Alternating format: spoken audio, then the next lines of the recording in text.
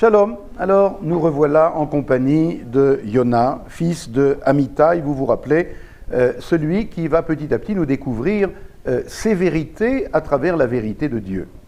Le deuxième verset de notre livre, Pasuk Bet, nous le lisons et le traduisons, et ensuite on va poser les questions qui s'imposent. Koum, lui dit Dieu à Yona, lève-toi, lech el Ninve ha'ir ha'gedola, va vers Ninive, la grande ville. Ukra aleha, et lance un appel sur elle, qui alta ra'atam lefanai, car ses méfaits sont montés jusqu'à moi.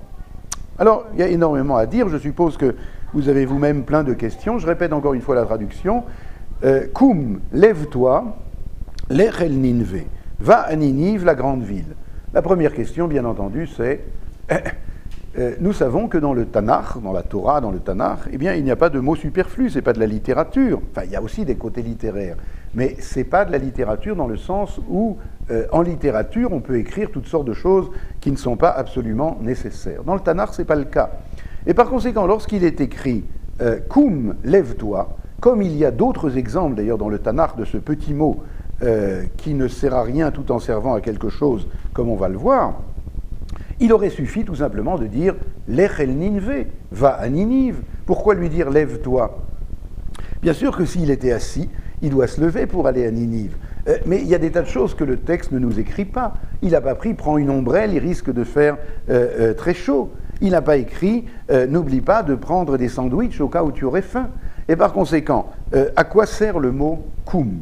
Et donc, nous sommes obligés d'aller plus loin dans la signification profonde de lève-toi. Ça veut dire lève-toi en hébreu, en langage traditionnel. Encore une fois, il aurait suffi de lui dire va à Ninive, la grande ville.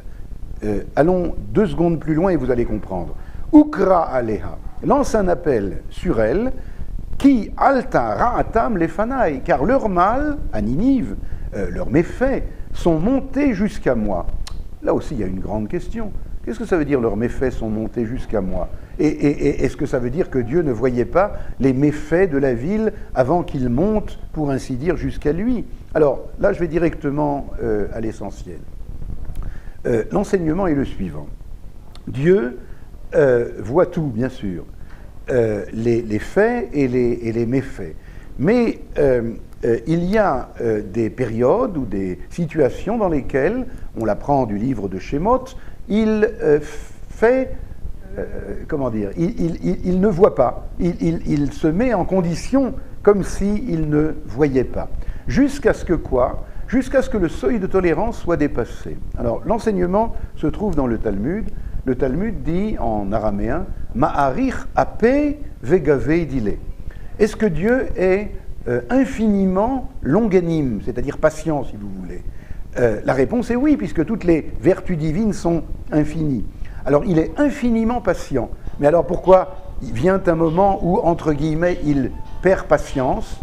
À vrai dire, il ne perd pas patience, mais il fait comme si il perdait patience. Ça s'appelle leur mal est monté jusqu'à moi. Pourquoi ? Je vous rappelle l'enseignement talmudique. Ma'arich apei vegavei dile.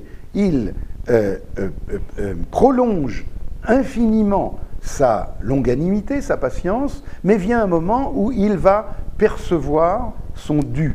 Il va demander des comptes. Ça veut dire que à partir du moment où sa patience à lui, encore une fois, est infinie, comme toutes ses vertus, mais à partir du moment où, en bas sur terre, la société des hommes risque de dire « Eh bien, puisque c'est comme ça, puisque de telles turpitudes peuvent avoir lieu et Dieu ne réagit pas, eh bien, ça veut dire qu'il n'y a pas de justice, led din veled dayan, il n'y a pas de loi, tout est permis. » Là, c'est le moment où Dieu se doit d'intervenir, pour ainsi dire, pour mettre en évidence que, parallèlement à la vertu de générosité ou de miséricorde ou de longanimité, eh bien, il y a aussi la vertu de rigueur qui, comme dit le Talmud, exige son dû.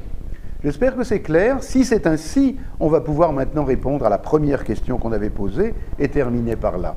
Vous vous rappelez qu'on s'était demandé, mais alors pourquoi lui dire « Koum, lève-toi, va à Ninive, la grande ville » Eh bien, s'il faut dire à Yona, lève-toi pour aller, au lieu de lui dire simplement va, pour économiser un mot dans le Tanakh, eh bien, c'est parce que vraisemblablement, Yona est dans un état de passivité par rapport à ce qui se passe à Ninive. À Ninive, il y a une situation, comme on vient de le voir, qui est catastrophique sur le plan moral. La grande ville, c'est une ville qu'on appelle en sociologie urbaine mégalopolis, c'est une ville dans laquelle il n'y a plus de responsabilité personnelle, c'est une ville dans laquelle, quand on demande à quelqu'un, mais alors qui c'est qui a assassiné je ne sais pas qui, eh bien la ville, pour ainsi dire, répond, c'est la ville. C'est la ville, ça veut dire c'est personne. Enfin, une situation absolument innommable sur le plan de la responsabilité personnelle. Yona, lui, ne veut pas aller là-bas porter la bonne parole. Pourquoi ? Parce que lui estime, selon sa vertu, qui est, on l'avait dit tout à l'heure, la vertu de rigueur, et de justice, il dit, si des gens ont fauté, ils doivent payer. C'est pas normal de leur pardonner. Pardonner, ça veut dire que la faute, la vertu de rigueur est bafouée. Et par conséquent, Yona sait très bien ce qui se passe à Ninive. Mais, comment dire, fait comme s'il ne voyait pas. Alors Dieu lui dit, moi je fais plus comme si je voyais pas, et toi tu fais comme si tu voyais pas, ça ne va pas. Koum, lech el ninve. Tu vas y aller, sortir de ta passivité. Il y a un blâme dans le mot koum. Comment ça a débordé l'immoralité possible, humaine, et tu restes impassible, indifférent. Il est impossible de continuer de cette façon-là. Koum, lech el ninve. La suite au prochain numéro.